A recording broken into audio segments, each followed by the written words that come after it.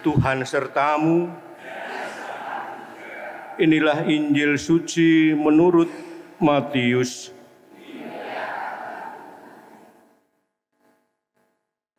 Pada suatu ketika Yesus menyusuri pantai Danau Galilea, lalu naik sebuah bukit dan duduk di situ. Maka datanglah orang banyak berbondong-bondong kepadanya, membawa orang lumpuh, orang timpang, orang buta, orang bisu, dan banyak lagi yang lain. Lalu meletakkan mereka pada kaki Yesus, dan mereka semua disembuhkannya.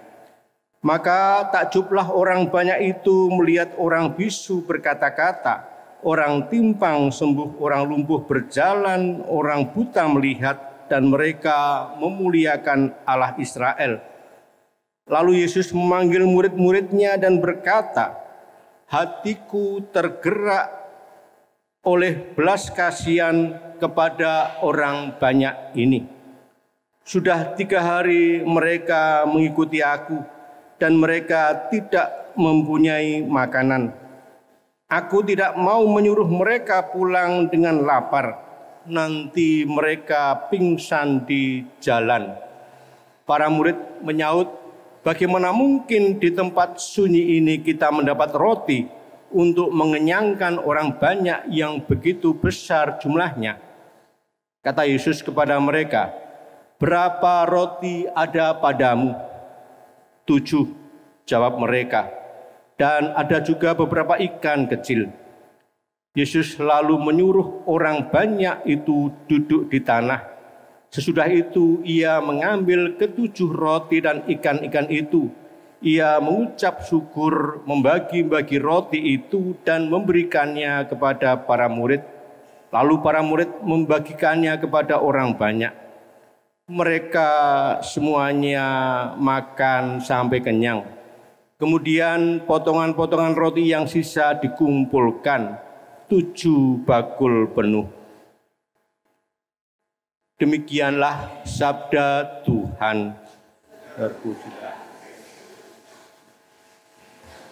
Saudara-saudari yang dikasihi Tuhan, selamat pagi berkah dalam.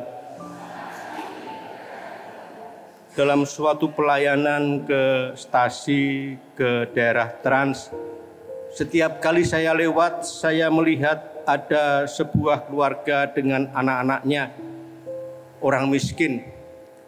Awalnya saya lewat begitu saja, rumahnya jelek, dan kalau saya lewat karena tahu pasti mobil yang lewat, anak-anak itu berjejer di pinggir jalan, melambaikan tangan, dada, dan seterusnya. Tanpa pakaian dan kelihatan memang orang miskin. Lama-lama hati saya terusik. Saya bilang sama sopir saya, di pasturan ada begitu banyak sembako dan sebagainya, juga pakaian pantas. Mungkin baik kita memberikan. Dan itulah yang terjadi. Setiap kali lewat, anak-anak sudah menghadang, kami turunkan sembako atau pakaian layak pakai. Dan saya tidak turun, yang turun adalah sopir. Sejak itu saya merasa tidak terusik lagi. Saya merasa bebas dari rasa bersalah dan sebagainya. Batin saya sudah tergerak, hati saya untuk membantu. Tapi suatu ketika ini yang berdiri bukan anaknya tapi bapaknya. Bapaknya berdiri lalu menyegat saya dan mengatakan kepada supir saya, tolong bapak bosmu itu turun juga. Dan saya turun, lalu dia menggandeng saya, Bapak mari masuk ke rumah saya. Dan saya bingung masuk dari mana, karena rumahnya pintunya hampir tidak ada. Akhirnya saya masuk, dia buat kopi, dan dia mengatakan, ini yang saya tunggu.